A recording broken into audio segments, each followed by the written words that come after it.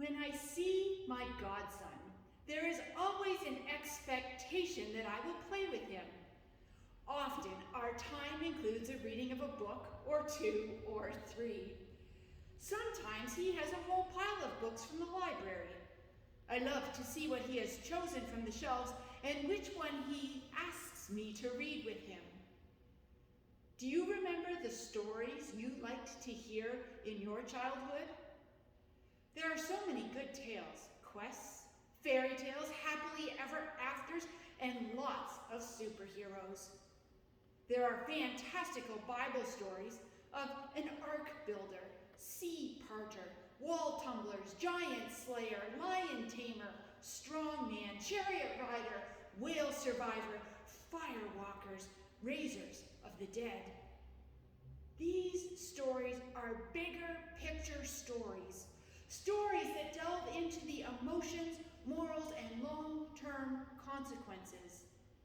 Even though a story may be about a person, their ethics and actions have repercussions on the whole community. Our scripture readings this morning are apocalyptic texts, one from Daniel and one from Mark. The stories, although affecting individuals, are not about an individual. These are bigger picture stories. Bigger picture stories that are epic, full of drama, tribulation, and moments of courage, hope, and consuming large tracts of time. The stories are ones where individual and community ethics and actions affect the whole community. Apocalyptic and post-apocalyptic stories of our time are a genre of science fiction. Many have been written on nuclear holocaust and life on the other side of nuclear fallout. Stories of climate crisis destroying life and those who live to tell the tale.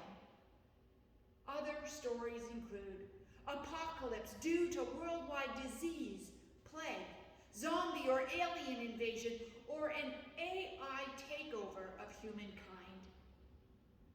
Such stories are an articulation of wrestling with our existence as an individual and as humankind. Questions arise about human purpose and the why of life. Times of great upheaval and chaos, disasters, and circumstances beyond our control can cause an existential crisis. And it is the reaction to the existential crisis that determines what the future will be. Philosophers suggest that there are two ways of reacting.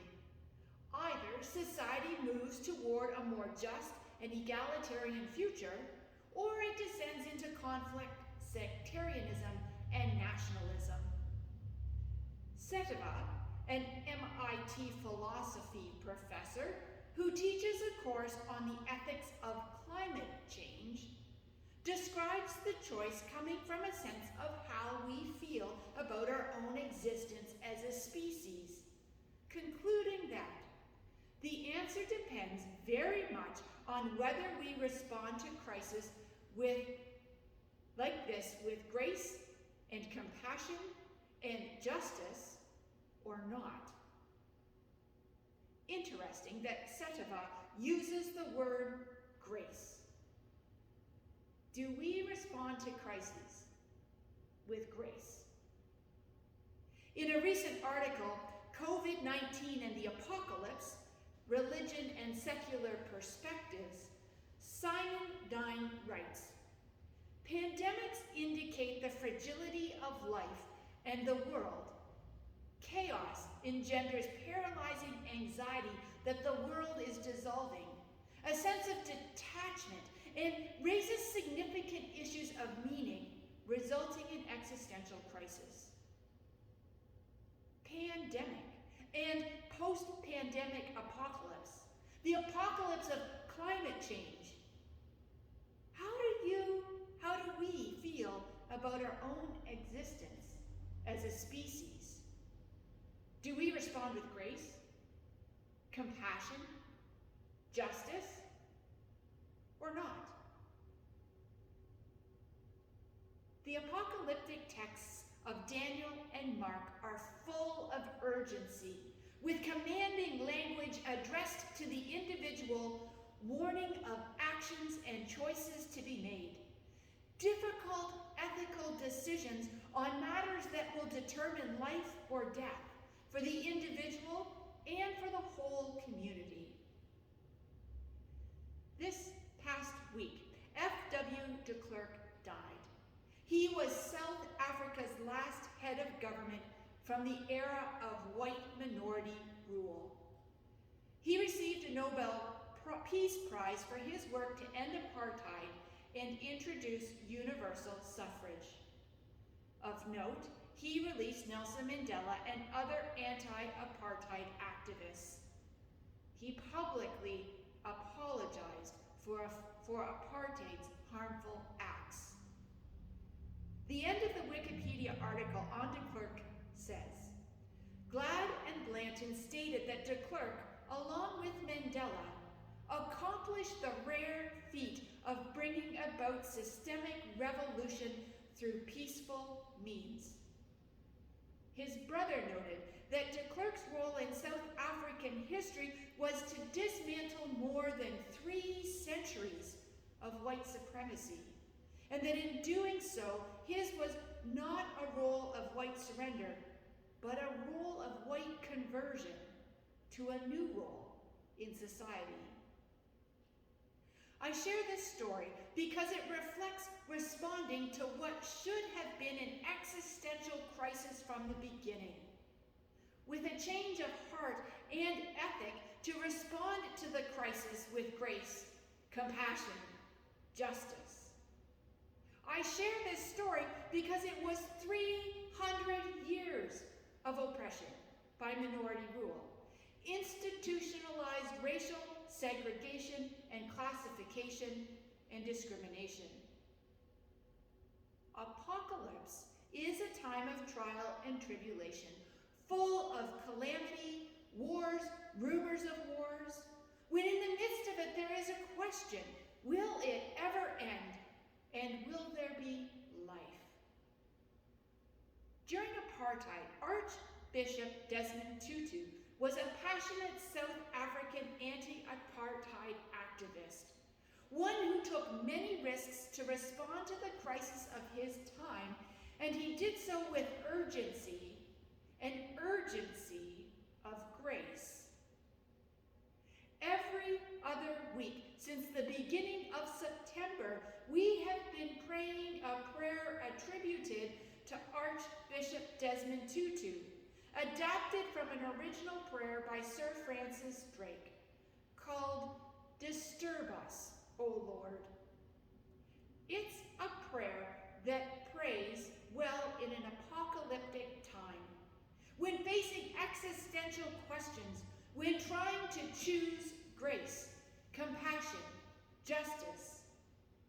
It is a prayer that has us look at the long story, the epic tale, holding hope for generations to struggle for not ourselves, but rather change, fulfillment of promises, freedom, redemption, wholeness, and life 300 years from now. The future.